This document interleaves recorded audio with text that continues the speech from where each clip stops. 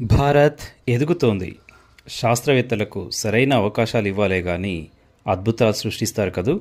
ఇదిగో మరో అద్భుతం. ఇది కంప్యూటర్ కాదు, ఓ పెద్ద చరిత్రనే సృష్టించాం.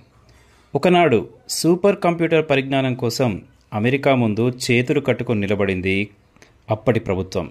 అదే నేడు క్వాంటం కంప్యూటర్ పరిజ్ఞానంలో దూసుకెళ్లి ప్రపంచంలో అత్యంత వేగవంతమైన క్వాంటం కంప్యూటర్ క్యూపై ఏఐ ఇండస్ని సిద్ధం చేసేశారు మన శాస్త్రవేత్తలు.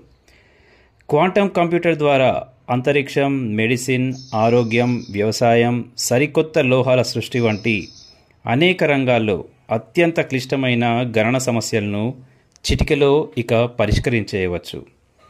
క్యూపై ఏఐ ఇండస్తో ఆగకుండా 2026లో కావేరీ, 2027లో గంగా, 2028లో ఎవరెస్ట్ పేర్లతో నెక్స్ట్ జనరేషన్ క్వాంటం కంప్యూటర్లను ఇక భారత్ తయారు చేయనుంది. జై హో, భారత్ మాతా కీ జై. జై హింద్.